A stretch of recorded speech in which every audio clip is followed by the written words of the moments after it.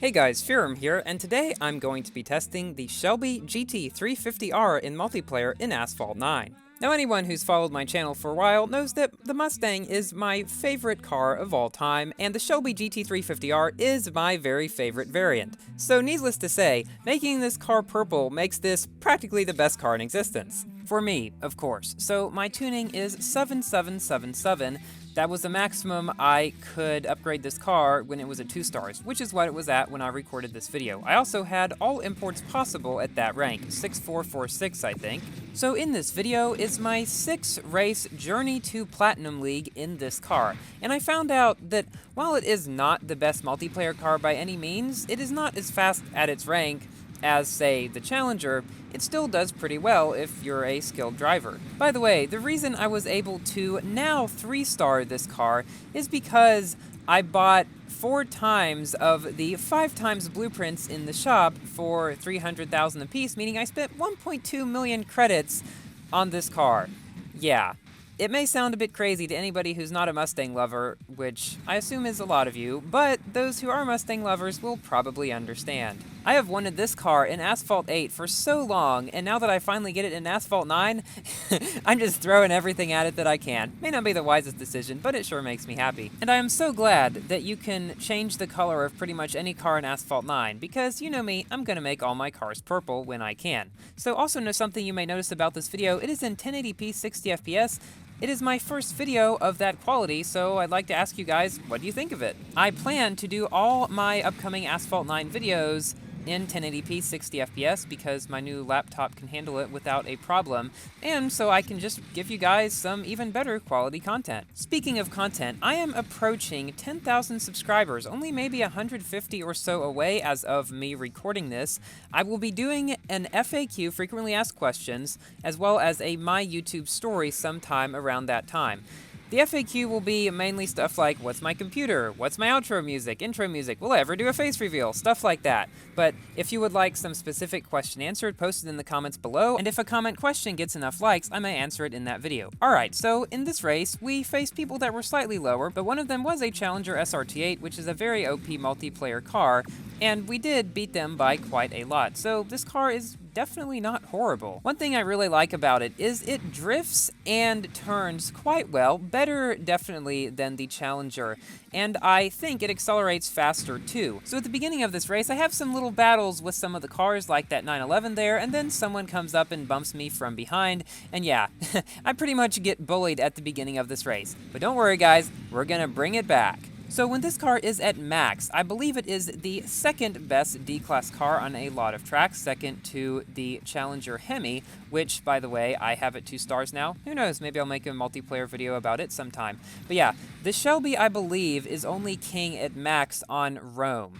The Hemi is king on all other tracks, at least that's what I have heard, and I believe the reason this car is probably king on Rome is because Rome has so many twisty turns and stuff where this car's good drifting and handling really do come into play. There I bounced up into the air randomly, not exactly sure why.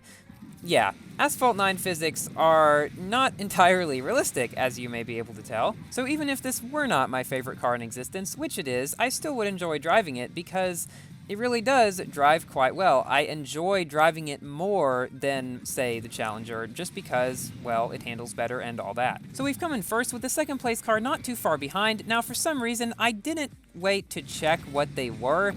Sorry about that. I don't believe that happens in the rest of these races. So in this race, we are facing 2 Challenger Hemi Scat Packs, 3 911s, and 1 DB11, as well as a Jaguar F-Type something or other, which apparently is quite a trash car in this game, as it is in Asphalt 8, unfortunately. I wish the Jaguars were better. In this race, the matchmaking was actually extremely good in terms of rank. Everybody, I believe, was within like 150 above or below me, which is pretty good for Asphalt 9, considering that you often find cars hundreds above and below you. Yeah, I have a lot of issues with the current multiplayer system in Asphalt 9, and I have definitely told some people about them, you can bet. If you would like to hear me explain them, I will probably do that in another video, because I do not want to clog this video up with rants. Oh, interestingly, in this race, Gaming Arnab, you see, he's a member of Purple Team, and he's driving a 911, and I believe I come across him in 3 races or so, which I believe are all in this video. So that was pretty fun. In my opinion, Shanghai, this track, is one of the best looking tracks in Asphalt 9. I just really like the atmosphere with all the neat lights and stuff. So even though I don't especially like the track layout, the graphics more than make up for it, and so I do enjoy driving on this track. Wow, Arnab going ham back there. So we are coming up to the end of the race. I would like to say that all of the races in this video were sequential, except for one that wasn't going so well, and when I left it, I did not lose any points. A friend of mine in Asphalt, Saikaran K, theorized that you don't lose points the first 2 times you leave with a certain car, but on the 3rd time, you do lose points. He tried this in 2 different cars and it was consistent. I have not personally tested it yet, but maybe that can be at least a guide for you. If you leave 2 races in a car, it will probably be best to stay in the 3rd one, even if you're coming near last, because from my experience, you rarely lose as many points coming in last as you do from leaving, because leaving usually deducts like 40-something points, which is kind of crazy. And generally, if you get like a 6, 7, maybe even 8-player race, you lose like 30 at most, unless of course you have a very high rating and you come across people with a lower rating than you by a good bit, then you might lose more, but generally you're not gonna lose more than 30, I believe, by coming in last. So this car's good drifting and handling is definitely coming into play here on the streets of San Francisco, which is probably one of the twistiest tracks, and it is still one of my favorites though, just because of some various parts in it that are just fun, even if there are some annoying parts. I would go so far as to say that San Francisco is probably my favorite track in Asphalt 9 in general. So this route here is very good. If you're on this variant, do this, and you will pretty much pass everybody who goes the other ways, because I'm pretty sure it is fastest.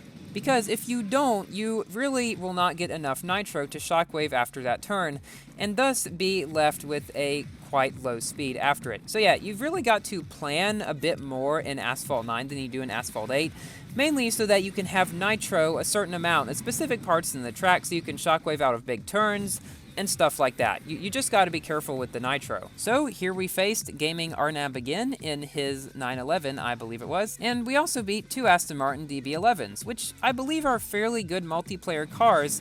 Don't quote me on that, but I thought I remember some people having pretty good luck with that car in multiplayer. Hopefully I will be able to get a lot of these higher cars and stuff at some point. I just have not gone through career all that much, and ever since I've gotten the P1, I've been busy making videos and with school and stuff like that, so yeah, I haven't really progressed much through career, but I will definitely try to go a bit faster in it so that I can get some of these cars that other people have and make more multiplayer tests for you guys. At the end of the previous race, I don't know if you saw, but we got to 1349 rating. Now Platinum is at 1350, so as you can probably expect, that was a little annoying, but I figured that if I could at least come in second or probably even 4th in this race, I would gain at least 1 point and thus be able to make it to Platinum. Because with 8 people, generally, even if you come in 4th, you're gonna go up. Unless, of course, as I said earlier, the people above you are lower rated than you. And even with the current multiplayer system supposed to put you with people around the same rating as you, you still get paired with people like 200 above and below, meaning that if you're in Platinum and they're in Legend League, they can use cars that you can't, and it's still not fair. Sorry. The multiplayer system in this game triggers me more than pretty much anything else about it. Because a lot of you know that I'm not really a huge fan of the blueprint system, I'd just rather save up and purchase the cars that I want to buy. Not have random number generators give me cars that I may or may not want. But Asphalt 9 does seem to do a fairly good job with it, so I've learned to live with it. Stuff like that is fine. So here we beat 2 Challenger Hemi Scat Packs as well as 3 911s. I believe one of them was Gaming Arnab again, and here we reached Platinum League. However, I was not done yet. I wanted to see just how high I could go in this car, at least to 1400. So I played another race, and let's see what rating I end up at. So I guess now I'd like to give my finishing thoughts on this car. It is quite a fun car to drive. Even if Mustangs are not your thing, it's still a very good car. As I said, second best car in D-Class, and I believe most people managed to get it through the multiplayer season and club rewards recently. If you managed to only get like 3/4 of them, it might be worth going for in the shop. That is, of course, if you don't have the Hemi highly upgraded. If you have the Hemi highly upgraded, this car probably will not be worth it for you. So here, as I've said in previous videos, always go right here. The route down to the left is horrible because you lose so much speed, and when you go up top, you can shockwave around that turn, flat spin here, go up the barrel roll here, and then shockwave around the next turn. You can pretty much just keep your speed so much better than if you had gone on the bottom. Again, just telling you guys little tips and tricks that I've learned to maybe help you in your Asphalt 9 career as well. Also, if you guys have not seen it yet, I have created an Acura and an SX 2017 preview for Gameloft's Asphalt channel. It is up there now, uploaded a day or two ago, I think it was, so check that out if you would like. They changed the music on it so the music doesn't sync up with the video, but it's still pretty good. And here, for our final race of the video, I do a bit of a crazy stunt. That's many flat spins in one jump. So guys, let me know down in the comments below if you think this car performs well, or if you think it is not all that great. I just want to know your guys' thoughts on the car. I think it's pretty good. Not probably able to reach Legends League, but Platinum League definitely possible. So in this race, we have in fact gone up 13 points and gotten to exactly 1400 rating. Thank you all for watching. Please like the video if you've enjoyed, and consider subscribing for more Asphalt 9 content. And I will see you in my next video. Goodbye!